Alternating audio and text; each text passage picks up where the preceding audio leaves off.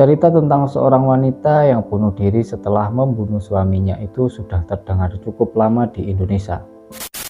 Halo, mendengar cerita ataupun melihat sendiri kejadian tentang suatu cerita maupun kejadian horor, pasti kita akan merasa merinding dan mungkin akan membekas di dalam benak pikiran kita. Jadi dalam storytelling kali ini saya ingin membagikan atau mengesahkan sebuah cerita horor yang diambil berdasarkan sebuah kisah nyata. Ada 4 kisah yang akan saya ceritakan untuk penonton semua. Untuk itu jangan lupa subscribe, like, share, dan jika sahabat semua memiliki kisah atau cerita horor yang ingin kita angkat di Kreator Anamis PT, langsung kirimkan ke email yang tertera di dalam video ini. Jadi langsung cus kita mulai dari intro terlebih dahulu.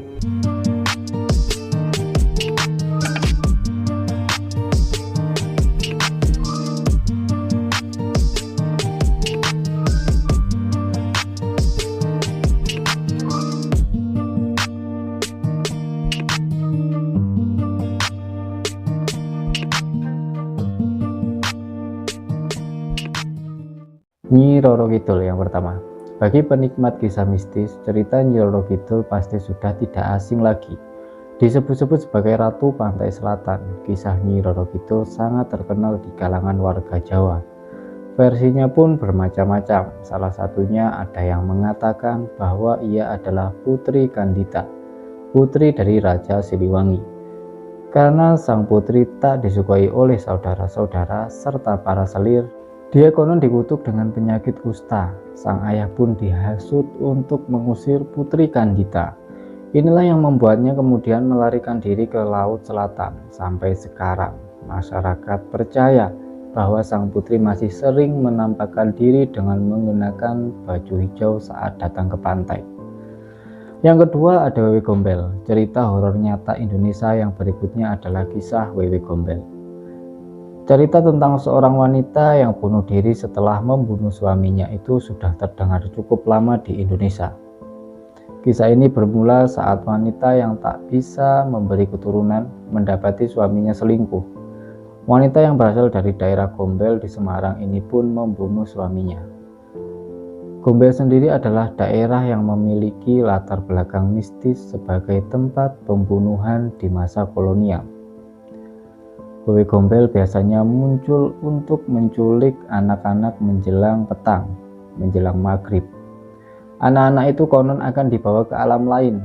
Karena kisah Wewe Gombel inilah muncul kepercayaan di tengah-tengah masyarakat untuk tidak membiarkan anak-anak mereka keluar rumah saat menjelang maghrib. Karena rasa khawatir akan dibawa oleh Wewe Gombel. Yang ketiga ada Si Manis Jembatan Ancol. Kalau kamu menghabiskan masa kecil di tahun 1990-an, cerita horor nyata tentang Si Manis Jembatan Ancol pasti sudah tidak asing lagi. Cerita tentang seorang wanita yang tewas di daerah Ancol ini sempat diangkat menjadi film dan serial televisi. Ada beberapa versi kisah asli dari Si Manis Jembatan Ancol. Ada yang mengatakan bahwa gadis itu adalah Maryam yang melarikan diri dan kemudian diperkosa lalu dibunuh di daerah Ancol. Maryam konon kabur dari rumah karena ia akan dipersunting oleh seorang saudagar kaya yang tidak dia sukai. Cerita kedua mengatakan kalau Si Manis Jembatan Ancol aslinya bernama Ariyah. Sama seperti Maryam, Ariyah juga akan dijodohkan dengan Oi tambah Sia. Karena tidak suka, Ariyah pun mencoba kabur. Sayangnya dia bertemu lagi dengan orang suruhan Oi dan akhirnya dibunuh dan dibuang di Ancol.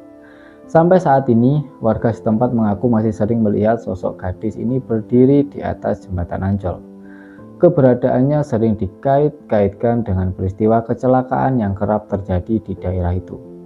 Yang keempat ada Lampor. Selain kisah Wewe Gombel, Lampor juga merupakan legenda mistik yang berhubungan dengan waktu maghrib. Cerita ini bermula dari Temanggung, Jawa Tengah. Masyarakat setempat percaya bahwa Lampor adalah hantu yang membawa keranda terbang dan datang untuk menculik orang-orang. Kalau sudah diculik, Lampor, orang tersebut tidak akan bisa pulang lagi. Kalaupun berhasil kembali, biasanya mereka akan jadi gila atau linglung.